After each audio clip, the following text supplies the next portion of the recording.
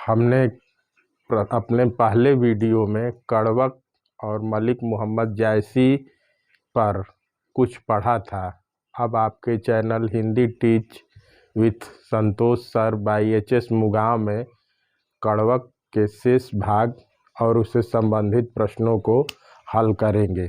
जैसा कि आपको पता है कि मलिक मोहम्मद जायसी को प्रेम के पीर का कवि कहा गया है। ये बहुत ही इम्पॉर्टेंट क्वेश्चन है और अक्सर पूछता है कि प्रेम के पीर का कवि कौन है। तो इसका जब भी उत्तर आएगा तो प्रेम के पीर का कवि आप बताएंगे किसको? मलिक मोहम्मद जायसी को। मलिक मोहम्मद जायसी प्रेम के पीर के कवि हैं। मलिक मोहम्मद जायसी, जायसी भी सिर्फ दे सकता है नाम या पूरा नाम इनका मलिक मोहम्मद जायसी। प्रेम के पीर का कवि कौन है? मलिक मोहम्मद जायसी। रामचंद्र शुक्ल की पुस्तक जिसका नाम त्रिवेणी है, रामचंद्र शुक्ल की पुस्तक जिसका क्या नाम है? त्रिवेणी। रामचंद्र शुक्ल की पुस्तक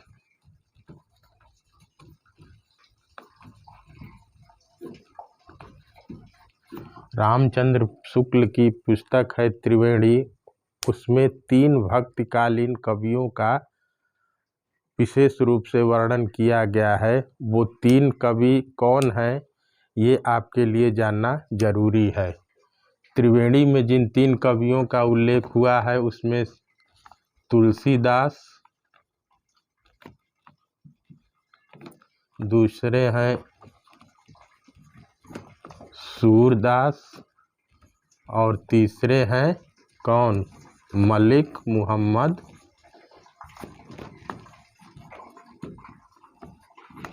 जायसी। अक्सर ये वस्तुनिष्ठ प्रश्न में पूछता है कि त्रिवेणी किसकी पुस्तक है? रामचंद्र शुक्ल की। इस पुस्तक में किन 3 कवियों का उल्लेख हुआ है? तो तुलसीदास, सूरदास और मलिक मोहम्मद जायसी। अब हम आते हैं कड़वक। जैसा कि पिछली कक्षा में हमने बताया था कि कड़वक जो है पद्मावत से लिया गया है। जो कड़वक के पद हैं, जो 2 पद आपको पढ़ना है, ये पद पद्मावत से लिए गए हैं। अब प्रश्न बनता है कि जो प्रथम कड़वक आपको पढ़ना है, प्रथम कड़वक पद्मावत के स्तुति खंड से लिया गया है। किस खंड से लिया गया है? स्तुति खंड से।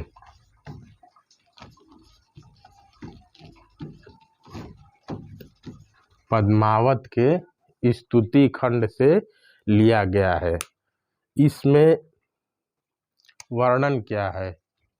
इसमें कवि यानी मलिक मोहम्मद जायसी ने अपने रूप का वर्णन किया है। अब यहाँ पे 3 प्रश्न बन गए आपके।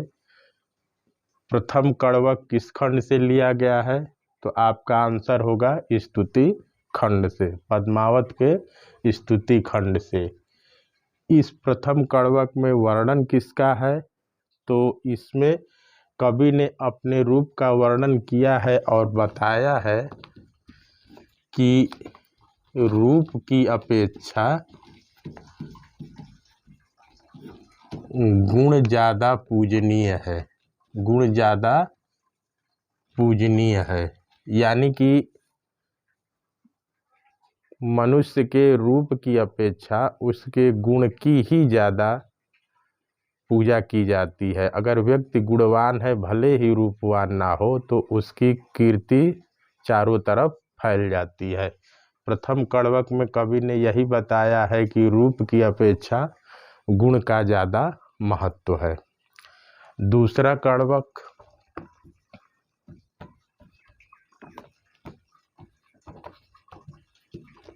द्वितीय कड़वक जो है ये आपके पद्मावत के उपसंहार खंड से लिया गया। किससे? उपसंहार खंड।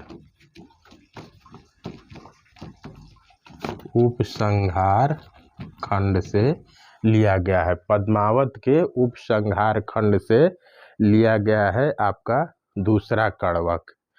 इस कड़वक में कवि ने बताया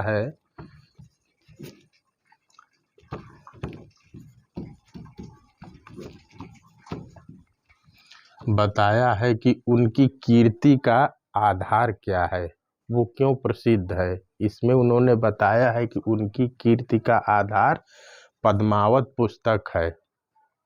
उन्होंने जिस काव्य की रचना की है पद्मावत, वही उनकी कीर्ति का आधार है। इस द्वितीय कड़वक खंड में उन्होंने यही बताया है। प्रथम कड़वक स्तुति खंड से पद्मावत से है, द्वितीय खंड पद्मावत के उपसंहार खंड से है। पहले कड़वक में कवि ने रूप की अपेक्षा गुण को ज़्यादा महत्व दिया है, और दूसरे कड़वक में कवि ने ये बताया है कि उनकी कीर्ति जो चारों तरफ फैली है उसका आधार क्या है, पद्मावत महाग्रंथ है। अब आते हैं कि दोनों कड़वक में कौन से रस हैं। ये भी प्रश्न पूछता है कि प्रथम जो कड़वक आपको पढ़ना है उस कड़वक में कौन सा रस है। तो जो दोनों कड़वक है, प्रथम कड़वक और द्वितीय कड़वक, दोनों में शांत रस का वर्णन है। शांत रस पर आधारित है। जो दोनों कड़वक आपको पढ़ने हैं वो दोनों कड़वक किस पे आधारित है, शांत रस पे। रस 9 होते हैं, उसका वर्णन हम आगे करेंगे। यहाँ सिर्फ जानेंगे कि प्रथम कड़वक और द्वितीय कड़वक में कौन सा रस है, तो शांत रस। अब कौन सा काव्य गुण है, काव्य गुण ये पूछता है। तो काव्य गुण क्या है, माधुर्य काव्य गुण। दोनों कड़वक में कौन सा रस है, तो शांत रस है। कौन सा काव्य गुण है, तो माधुर्य काव्य गुण है। इतना हो गया। ये सारे प्रश्न आपके वस्तुनिष्ठ प्रश्न हैं जो आपसे परीक्षाओं में पूछे जाते हैं। खासकर बिहार बोर्ड की 12वीं कक्षा के सिलेबस में कड़वक है।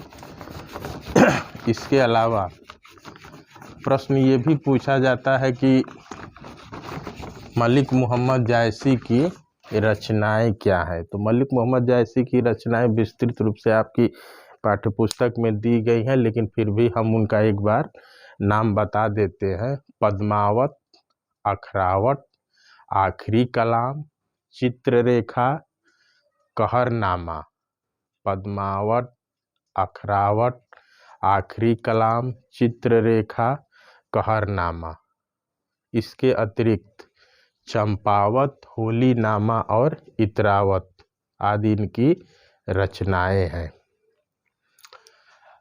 मलिक मोहम्मद जायसी के जीवन और जो काव्य खंड था उससे संबंधित ये प्रश्न थे। इसके अलावा किताब में कुछ प्रश्न दिए गए हैं, उन प्रश्नों का भी हम लोग यहाँ पे अध्ययन करेंगे, देखेंगे। एक प्रश्न अक्सर पूछा जाता है, ऑब्जेक्टिव में पहले पूछा जाता है। अगर पूछा जाता है कि वह कौन सा कवि है जिसने अपने एक आँख की तुलना दर्पण से की है। अगर ऐसा प्रश्न वस्तुनिष्ठ आता है कि वह कौन सा कवि है जिसने अपनी एक आँख की तुलना दर्पण से की है, तो इसका आप उत्तर देंगे मलिक मोहम्मद जायसी। एक आँख से तुलना करने वाले कवि हैं मलिक मोहम्मद जायसी। अब पूछता है कि क्यों उन्होंने ऐसा किया। तो मलिक मोहम्मद जायसी का कहना था कि दर्पण का काम है कि व्यक्ति के व्यक्तित्व का वास्तविक स्वरूप प्रकट करना। जैसे व्यक्ति का जो व्यक्तित्व है वो दर्पण के सामने आते ही स्पष्ट हो जाता है, ठीक उसी प्रकार उनकी जो एक आँख है उस एक आँख ने उनके जो दुर्गुण हैं उन दुर्गुणों को नष्ट कर उनके वास्तविक स्वरूप का वर्णन कराया है। उनका वास्तविक स्वरूप कवि का है, उस कवि के रूप को प्रस्तुत किया है। हालांकि वस्तुनिष्ठ प्रश्न ही ज़्यादा इसका आता है कि वह कौन सा कवि है जिसने अपनी एक आंख की तुलना दर्पण से की है। अगर यह आता है तो जायसी, अगर क्यों किया है तो इस पे आप लिख देंगे कि उन्होंने अपने जिस प्रकार दर्पण व्यक्ति के वास्तविक स्वरूप को दिखाता है, ठीक उसी प्रकार चाहे वह रूपवान हो चाहे कुरूपवान हो, दर्पण कोई विभेद नहीं करता। उसी प्रकार मलिक मोहम्मद जायसी की जो एक आंख है वह दर्पण के ही समान है। उन्होंने पद्मावत की रचना करते समय कोई भेदभाव नहीं किया है। उन्हें जहाँ से जो सामग्री मिली है उसको उन्होंने अध्ययन किया है और उस अध्ययन के बाद दर्पण के समान स्वच्छ और सुंदर छवि बनाते हुए इस ग्रंथ की रचना की है। अब दूसरा प्रश्न है कि जायसी द्वारा रक्त की लेई का रूपक दिया गया है। रक्त की लेई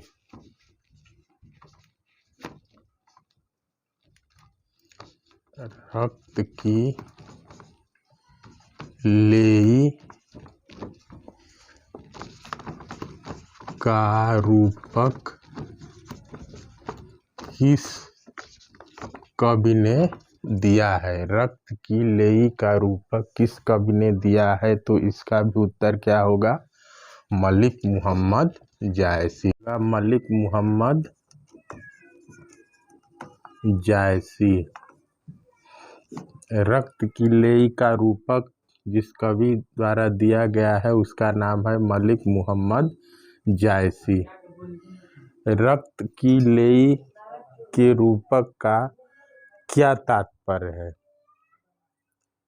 कवि ने पद्मावत काव्य खंड की रचना करने के लिए अलग अलग जगहों से जो भी सामग्री मिली उस सामग्री को कठिन परिश्रम के द्वारा एकत्र किया, उसका अध्ययन किया और उसमें आए हुए प्रसंगों को जोड़कर एक महाकाव्य की रचना की, पद्मावत। इसीलिए कवि कहता है कि उसने रक्त की लेई का प्रयोग किया है इस पद्मावत को लिखने में। अलग अलग जगहों से ऐतिहासिक श्रुति द्वारा सुनी गई कहानियों आदि को सुनने के बाद सबको मिलाकर काफ़ी संघर्ष के द्वारा उन्होंने पद्मावत की रचना की। इसीलिए उन्होंने रक्त की लेई के रूपक का रूपक दिया है। अब प्रश्न होता है कि मलिक मोहम्मद जायसी स्वयं को किस रूप में याद रखना चाहते हैं। मलिक मोहम्मद जायसी स्वयं को पद्मावत के प्रबंधकार के रूप में याद करना चाहते हैं। पद्मावत के प्रबंधकार के रूप में मलिक मोहम्मद जायसी स्वयं को याद रखने की इच्छा व्यक्त करते हैं। अगर प्रश्न पूछता है कि मलिक मोहम्मद जायसी अपने को किस रूप में याद करना रखने की इच्छा व्यक्त करते हैं, तो इसका आंसर होगा पद्मावत के प्रबंध कार्य के रूप में।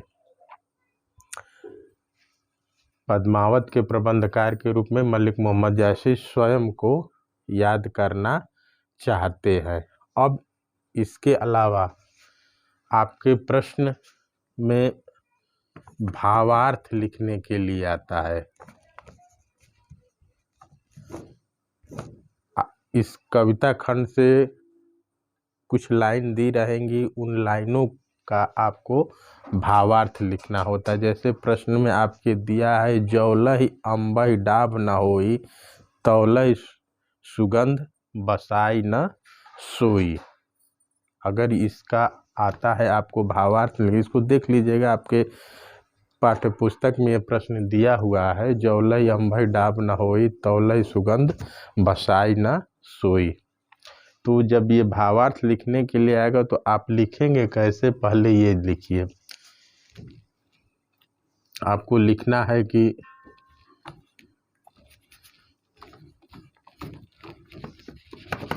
दी गई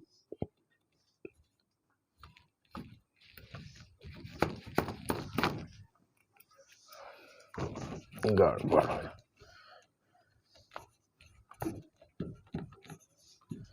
दी गई पंक्तियाँ या उद्धृत पंक्तियाँ, दी गई पंक्तियाँ हमारी पाठ्य पुस्तक दिगंत भाग 2 के कड़वक नामक पाठ से लिया गया है।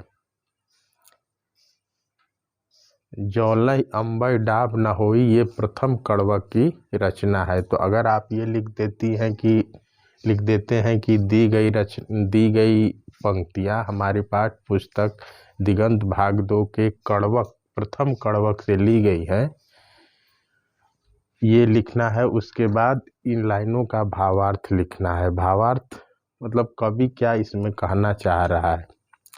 तो कवि का कहना है कि आम का जो पौधा होता है उस पौधा में कोई खुशबू तब तक नहीं आती जब तक कि उसमें आम की बौर यानी आम की मंजरी न निकल आए। जब आम की मंजरी निकलती है तो उस पौधे में एक खुशबू व्याप्त हो जाती है। ठीक उसी प्रकार जब तक किसी व्यक्ति में कोई गुण विद्यमान ना हो तब तक उसकी कीर्ति नहीं फैल पाती है। जिस प्रकार की आम के पौधे में डाब यानी कि मंजरी आने पे उसकी खुशबू चारों तरफ बिखर जाती है, ठीक उसी प्रकार जब किसी व्यक्ति में कोई गुण आ जाता है या कोई गुण होता है तब उस व्यक्ति की कीर्ति चारों दिशाओं में फैल जाती है। जैसे कि मलिक मोहम्मद जायसी की जो कीर्ति फैली हुई है वह उनके प्रबंधकार के रूप में फैली हुई है। ये भावार्थ रहा। ऐसे ही भावार्थ आपको आगे भी लिखना है। अब आपको रिपीटिशन के लिए थोड़ा सा बता दें कि मलिक मोहम्मद जायसी जो है भक्ति काल के कवि हैं, प्रेम मार्ग के कवि हैं, सूफी कवि हैं। 3 तरह से ये चीज़ें पूछ सकता है कि मलिक मोहम्मद जायसी तो भक्ति काल के कवि, भक्ति काल में सूफी मत में प्रेम मार्गी कवि ये रहे हैं। बस इस पाठ में इतना ही है। आपको करना क्या है, इसको पढ़िए। जो चीज़ें नहीं आती हैं तो उसको आप कमेंट्स में पूछ सकते हैं। इसके अलावा आपको जो काम करना है, क्या करना है, लाइक और सब्सक्राइब। धन्यवाद।